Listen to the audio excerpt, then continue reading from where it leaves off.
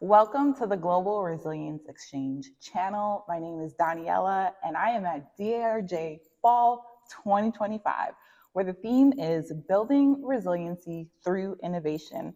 And I have the pleasure of sitting down with Jason Haas, one of the superstars here that is doing plenty of presentations here and even other conferences, and is an avid participant and supporter of the Continuity Coffee and Chat, as well as the Global Resilience Exchange.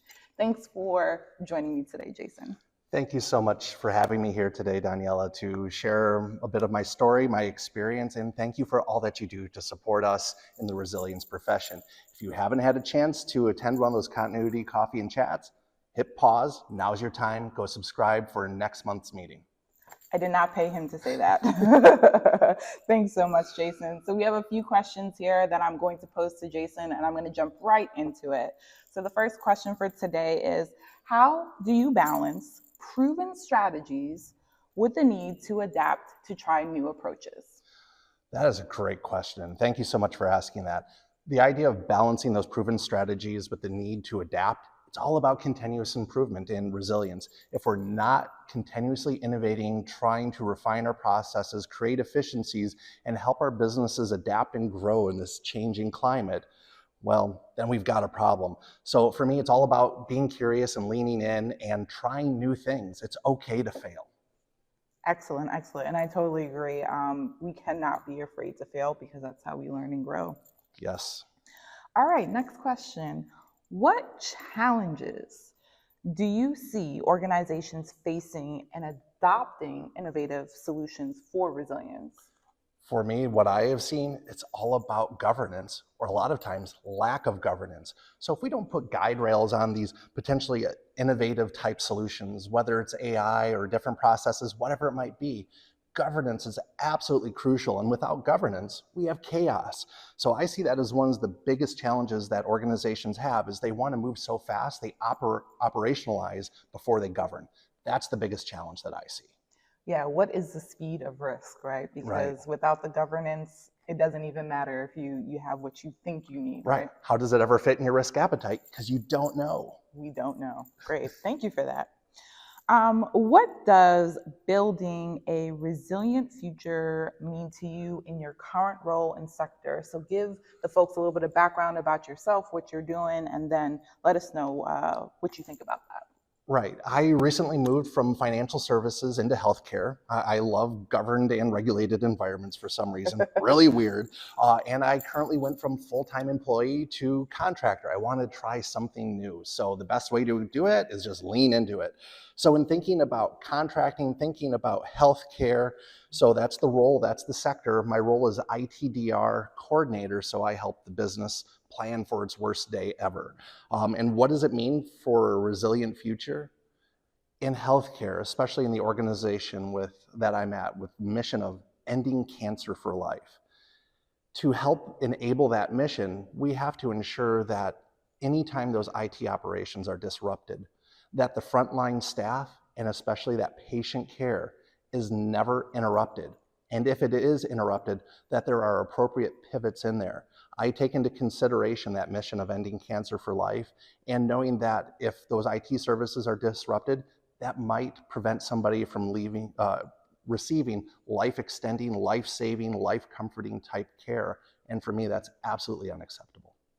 Right. I think healthcare is such a big, heavy lift for us because we truly can see the cracks in the system, but those cracks could mean lives are gone, or maybe not here as long as they could have been. So I appreciate the work that you're doing. Thank you.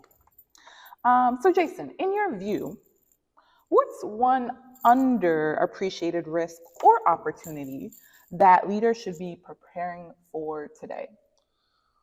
Ooh, that's a good one. So in thinking about that underappreciated risk or opportunity, one is I think around our employment, and it's both a risk and an opportunity, is as we continue to try to hire within regions, as return to office becomes a thing, we are restricting our talent pool. Not all jobs can be done remote, and sometimes we need that in-person presence. But for the ones that can enable remote work, you can really expand the quality of your workforce, also having that regional and potentially national type of diversity, where if there's impacts and things like that, you can still keep business running. So for me, that underappreciated risk is around remote work. For whatever reason, things have shifted since the conclusion of COVID, so to speak, and businesses are rethinking things, but they're also centralizing their risk back into the office, where if that has an impact, it has a major impact on the workforce and the business's ability to continue their mission. I'm smiling to myself because you're absolutely right. I think that in my current role, being a regional manager, when I'm dealing with stuff in California, but I'm, on East Coast, it really makes a difference, my ability to really focus on them, because I'm not impacted by what they're impacted by. And so when I can have a clear head and really just focus on them, I think it makes a world of a difference. And you're absolutely right. We are going back to a centralized structure that literally caused thousands of businesses to close just a few years ago. So I'm not sure we really learned our lesson, but as the book I'm reading says, the devil never sleeps. So we'll figure it out. That we will. Perfect. So Jason, what does resilience mean to you personally? And how has that definition changed over time? You've posted a few things on LinkedIn, so I'd love for you to share with the audience. Right. And we have limited time, and I will spare you the details of the story that leads me to this. But what I believe resilience means to me from a personal standpoint is we're always going to get knocked down. We're always going to have to make decisions on choosing potentially what sucks less, or whatever it might be for you. For me, resilience means embracing adversity as an agent of change. I know, big corporate words there. To kind of dispel that a little bit more, it means getting punched in the face, standing back up, and asking, may I have another? And for me, my resilience is informed by trauma. You can hop on my LinkedIn. I've written about it plenty. You can reach out to me. I'll gladly share. And it was about never accepting no. It was around never accepting failure as a stopping point, but as that starting point to lean into the suck, knowing that it will never go away. And me ignoring it doesn't help anyone, especially me, especially my family. So I've learned to embrace that adversity as that agent of change that enables me to kind of thrive in the suck, knowing, again, my family is dependent on me, so I need to embrace adversity because others are reliant on my ability to traverse it. Yeah, thank you for sharing.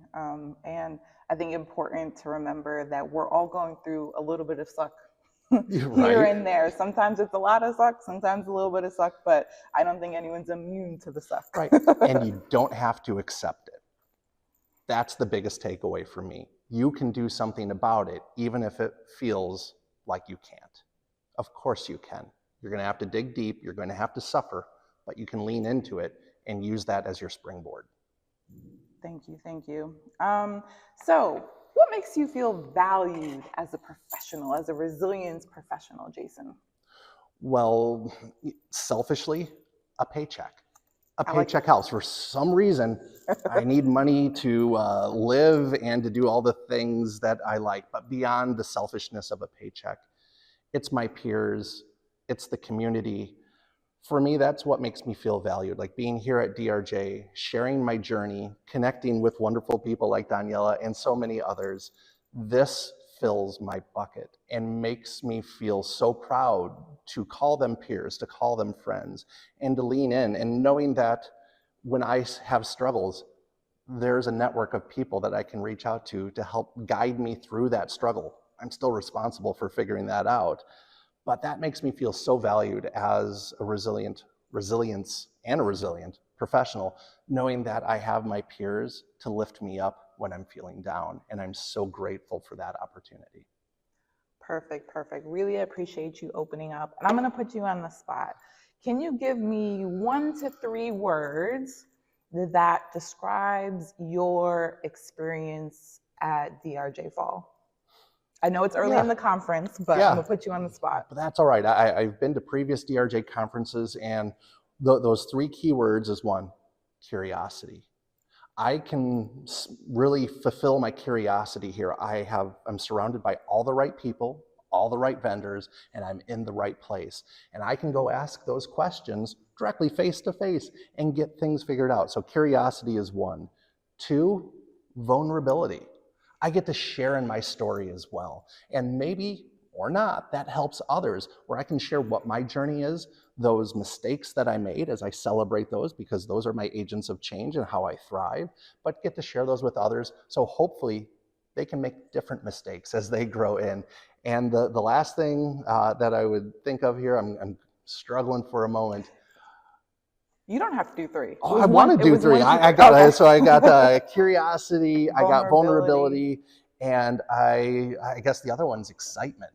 I am so excited to be here. I'm almost vibrating.